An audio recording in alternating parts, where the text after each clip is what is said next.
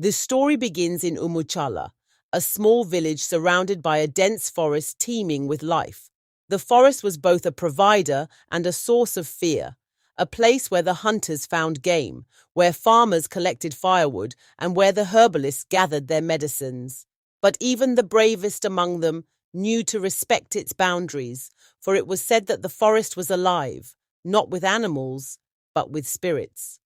Chijioke, a hard-working farmer, had lived his entire life in Umuchala.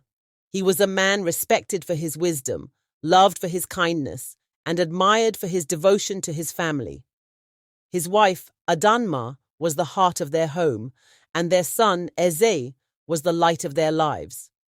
At 10 years old, Eze was curious and fearless, always eager to follow his father into the fields or listen to the elders' tales about the village's history.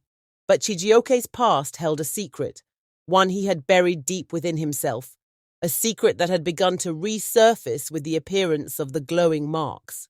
It had been 15 years ago, during a famine that gripped the village with an iron fist.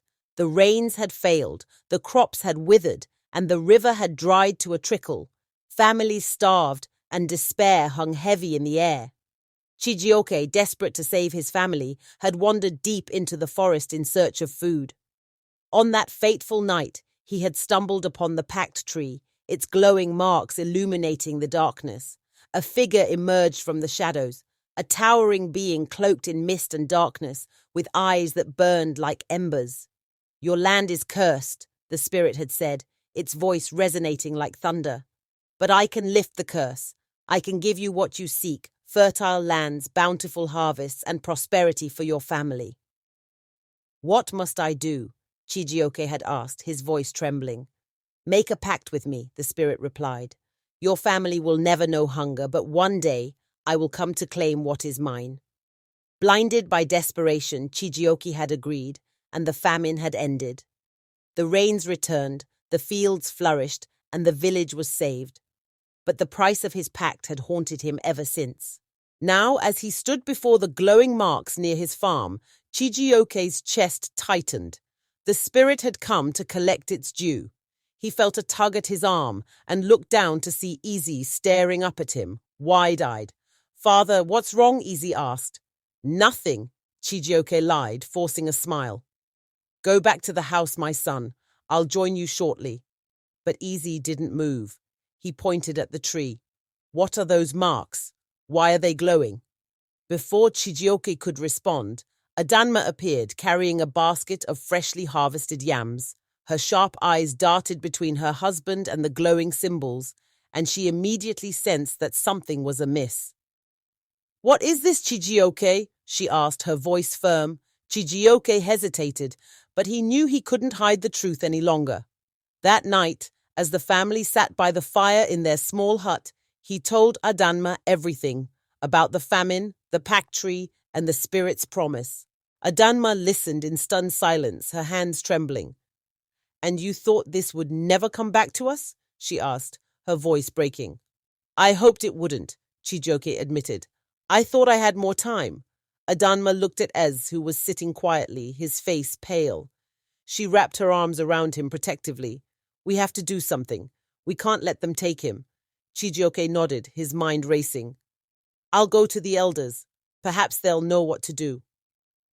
The next morning, Chijioke stood before the elders in the village square, explaining his plight. The elders listened gravely, their faces lined with worry. Neka, the oldest among them, spoke first. "You have made a grave mistake, Chijioke," she said. "The spirits do not forgive easily, but we must try to reason with them. Perhaps they will show mercy." That evening, the elders, Chijioke, and a group of brave villagers ventured into the forest. They followed the glowing marks, which seemed to lead them deeper and deeper into the woods, until they reached the Pact Tree. The air grew colder, and the ground beneath their feet seemed to pulse with an unnatural energy. Suddenly the spirit emerged from the shadows, its ember eyes glowing brighter than ever. "Chijioke," it said, its voice echoing through the forest. "You have lived well because of our pact. Now I have come to claim my prize." Chijioke fell to his knees. "Please," he begged. Take me instead. Spare my son. The spirit laughed, a deep, chilling sound. The pact is sealed, it said. Your life is not what I seek. Naka stepped forward, her voice steady despite the fear in her eyes. Great Spirit, she said, surely there is another way. The boy is young, full of promise. Is there nothing else that can satisfy your claim? The spirit seemed to consider her words. Finally, it spoke. A life for a life, it said. If another is willing to take the boy's place, the pact will be fulfilled. Adanma stepped forward. I will go, she said, her voice firm. No, Chijioke cried, but Adanma silenced him with a look. I will not let them take our son, she said. This is my choice. The spirit nodded, and as Adanma stepped forward, she turned to Chijioke and Ise. Be strong, she said, and remember, I do this out of love. With that, she disappeared into the shadows, and the forest fell silent. In the years that followed, Chijioke and Ise honored Adanma's sacrifice, ensuring the village thrived while respecting the forest's power.